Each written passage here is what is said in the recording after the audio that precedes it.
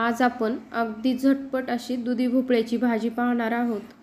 आपण ही लहान मुलांसाठीही बनवू शकतो आणि मोठ्यांसाठीही बनवू शकतो अगदी झटपट। तर एक दुधी भोपळा घेतलेला आहे, तो आता मी चिरून घेत आहे।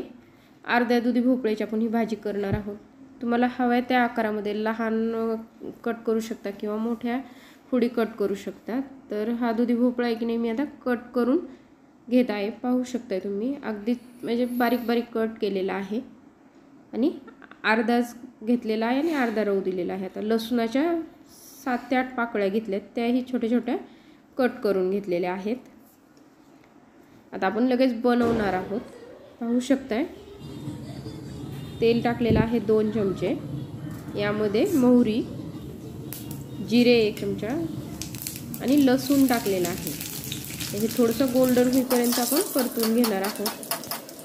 पाहू शकता अगदी मस्त गोल्डन झालेला आहे। यामध्ये हळद टाकलेली आहे। आता लगेच दुधी भोपळा टाकायचा आणि मस्त असा हा टाकून झाला की खाली वर करून मस्त परतून घ्यायचा आहे। अगदी छान असा आपण हा दुधी भोपळा इथे परतून घेणार आहोत। अगदी पौष्टिक अशी ही दुधी भोपळ्याची भाजी आहे। आता ही लहान मुलांसाठी करत आहे, त्यामुळे मी यामध्ये तिखट टाकणार नाहीये।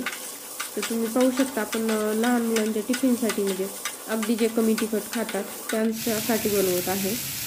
खूप पौष्टिक आहे। आता मीठ टाकलेलं आहे, चवीनुसार टाका मीठ।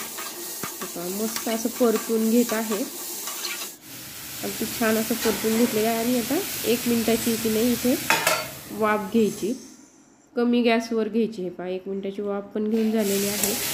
पुन्हा चांगला असा हलवायचा मस्त असं खालीवर करून। एका वाफमध्येच आपला हा दुधी भोपळा इथे शिजतो। तुम्ही पाहू शकता अगदी कवळा होता। जर निब्बर असेल तर आपल्याला आहे ना 2 वाफ घ्यावा लागतात, निब्बर असेल तर।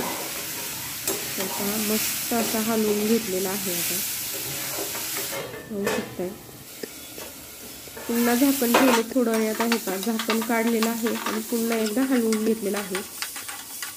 चांगला असा आपलं खालीवर करून मस्त हलवलेला आहे। तर आता पाहू शकता इथे की नाही थोडीशी कोथिंबीर टाकणार आहे।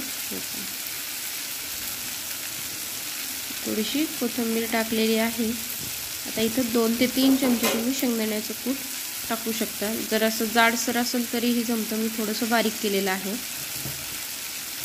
मस्त असं आपण हे शेंगदाण्याचं कूट टाकलेलं आहे आणि आता हे व्यवस्थित मिक्स करून घ्यायचं।